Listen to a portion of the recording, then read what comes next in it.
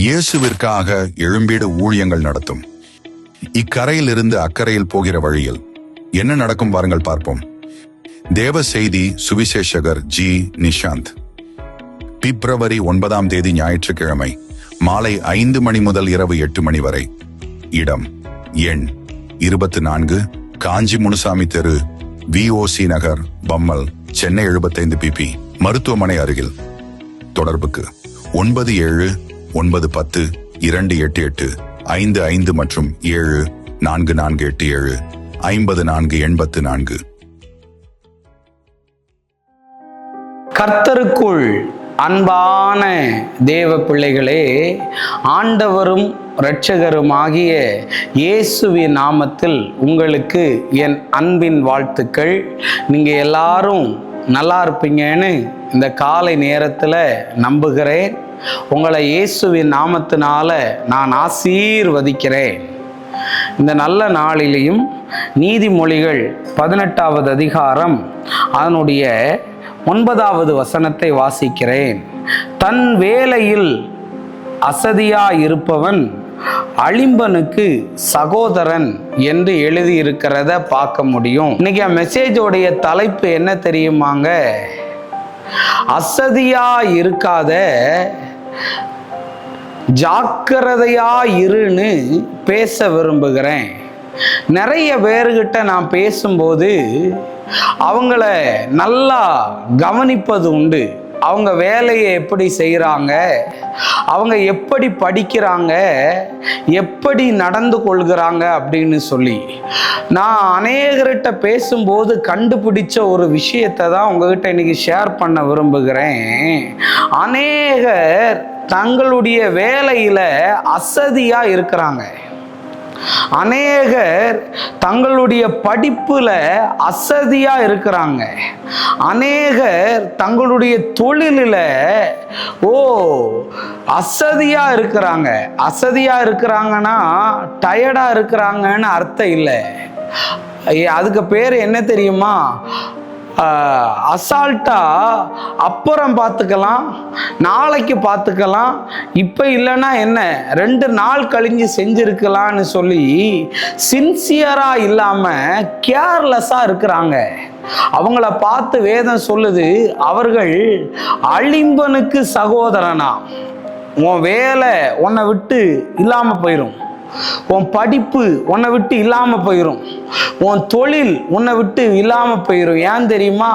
அதில் எல்லாம் நீ அஜாக்கிரதையா இருக்கிறதுனால.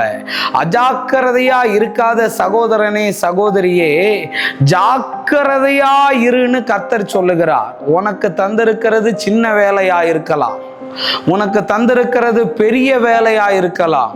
அதை நீ உண்மையாய் செய்தால் கர்த்தர் உன்னை ஆசீர்வதித்து உயர்த்துகிறதற்கு உண்மை உள்ளவராய் இருக்கிறார்.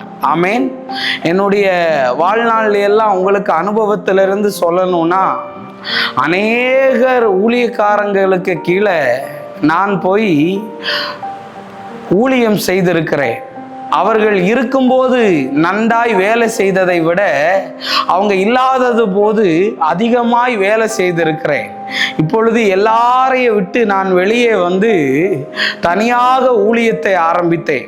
அநேகர் நினைச்சாங்க, இவன் எப்படி ஊழியம் செய்வான், இவன் ஊழியம் எப்படி வளரும்னு. என்கிட்ட ஒரு தம்பி ஃபோன் பண்ணி சொல்கிறாப்புல, பிரதர், உங்கள் மேலே இருக்கிற அபிஷேகத்தினால நீங்கள் சுடுகாட்டு பக்கத்தில் கொண்டு போய் ப்ரேயரை வச்சாலும் உங்கள் அபிஷேகம் அந்த பிள்ளைகளை அந்த இடத்துல கூட இழுத்துட்டு வந்துரும்னு சொன்னாங்க. ரொம்ப இன்ஸ்பிரேஷனாக இருந்தது அந்த வார்த்தை எனக்கு. அப்படின்னா என்ன அர்த்தம் தெரியுமா?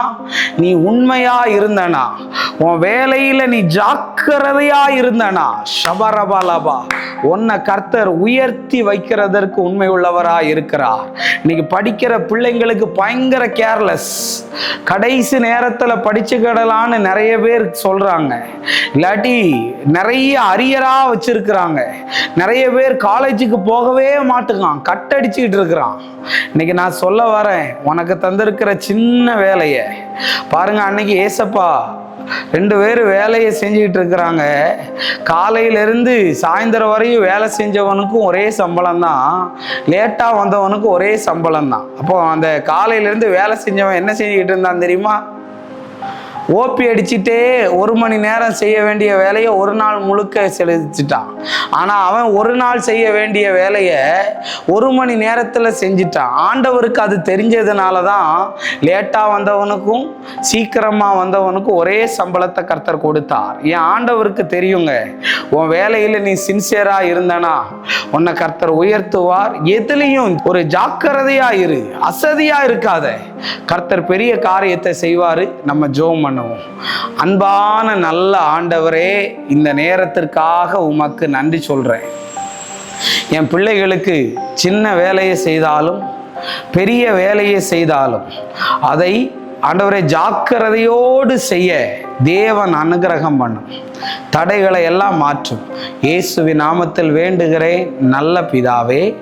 ஆமேன், amen, amen. God bless you. கர்த்தர் உங்களை ஆசீர்வதிப்பார்.